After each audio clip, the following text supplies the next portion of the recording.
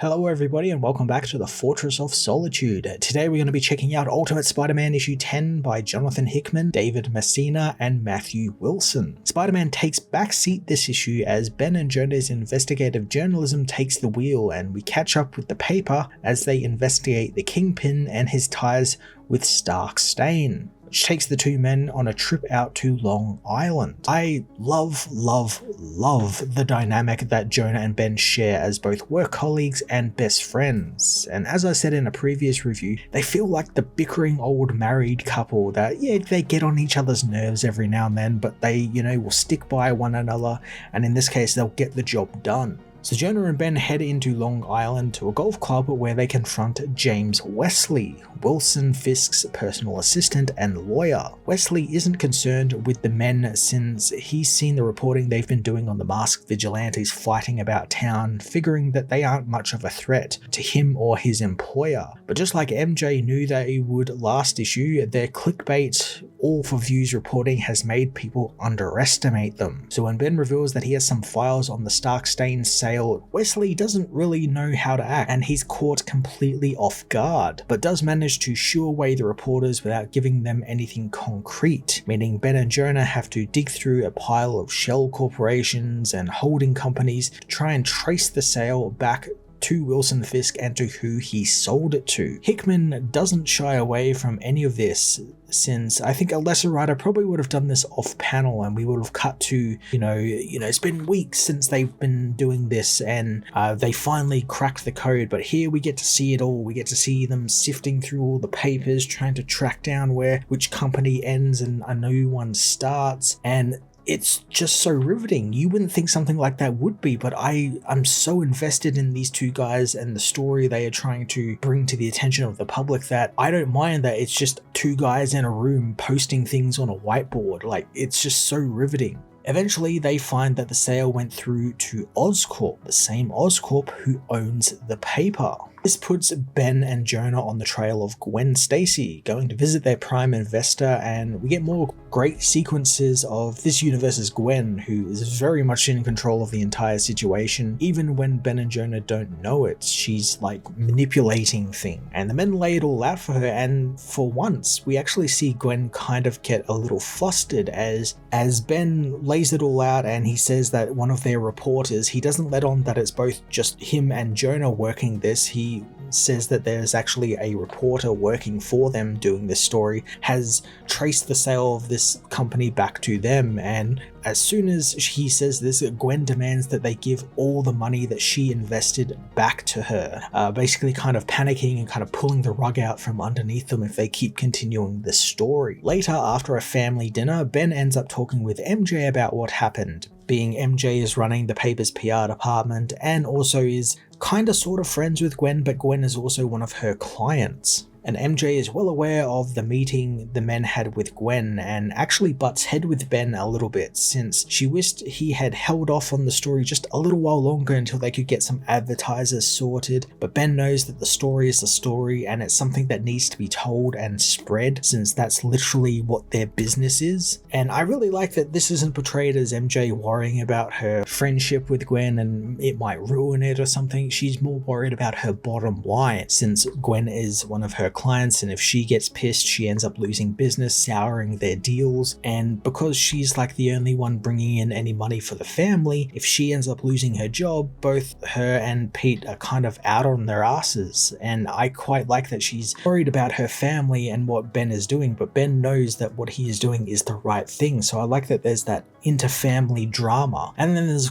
Pete, who just kind of wants to stay out of it. He takes the photos, he collects unemployment, he just doesn't really want anything to do with it. Which is really kind of a meta joke, because obviously Spider-Man doesn't actually appear once in this entire issue. So I like that there's this little, maybe unintentional meta joke where Pete just doesn't want anything to do with this, and it's all Ben and Jonah's mission this time. In the end though, Ben gives MJ an ultimatum. Gwen has 1 week to respond to the story that he is going to publish. So what does Gwen do? Gwen sends her quote-unquote attack dog after Ben and Jonah, and that's her husband Harry, who confronts them at their office officers. Ben and Jonah, however, treat this all as kind of a bit of a joke. I quite like how disarming it is, as they have put money on who Gwen would send and how long it would take them to show up, and Jonah won, figuring that Harry would come a couple of days before the deadline. Harry bluntly tells them to stop writing about Oscorp, otherwise they'll pull their funding, but Ben and Jonah play technicality since they're technically not writing about Oscorp, they're writing about Stark Stain. Ben's superpower to see goodness in everyone shines through here really well, as he knows that Harry is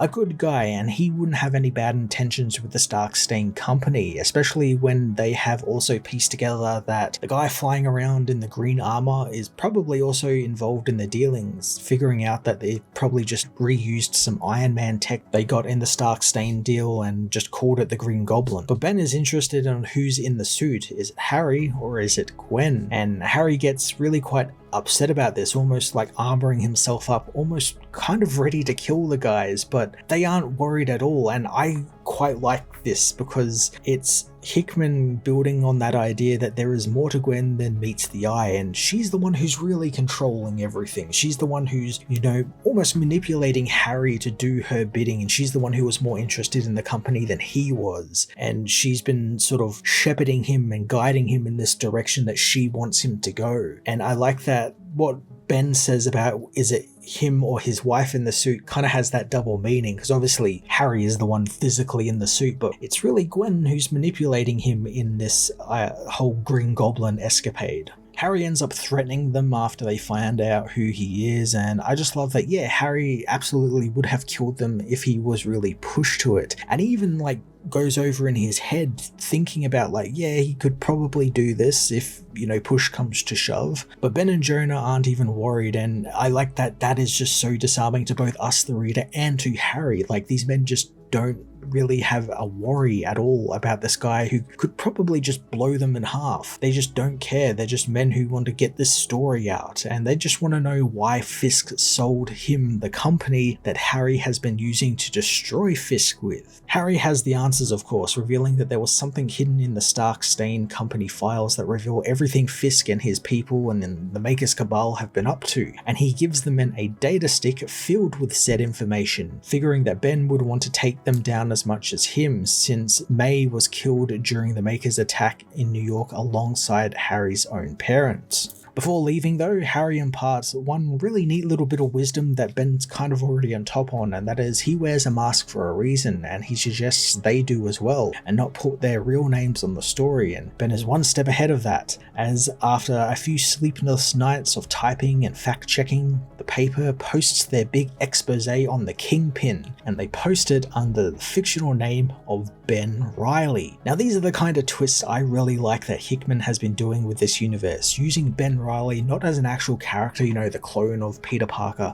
but as a pseudonym name for Ben Parker is brilliant, and it brings the whole thing full circle because Ben Reilly obviously was named after Ben Parker, and I like that it's just come full circle here with Ben Parker actually using that name now. And it's changes like this that are really meaningful when it comes to making a new universe. It's not, changing a character to be edgy for the sake of that, or changing things just for the sake of changing them because they have to be different in this universe. It's got a good in-universe reason, and Hickman is building on it and the myriad of other things he's changed throughout just the Spider-Man portion of this Ultimate Universe to make Spider-Man and his cast's stories just so much more compelling and much more interesting. I want to read more of it now. Ultimate Spider-Man keeps on getting better and better, which I didn't think was actually possible. Each issue just outdoes the last. We got a whole issue here without the titular character in it at all, yet Hickman's dive into the world of investigative journalism that ties neatly into the compelling stories we've been seeing crafting with this universe's Harry Osborn and Gwen Stacy. It's just so riveting, and I just love every single minute of it that I just didn't care that Spider-Man didn't appear. I just love that we're getting his solid supporting cast just built up and expanded upon. I'm going to give this issue a 10 out of 10.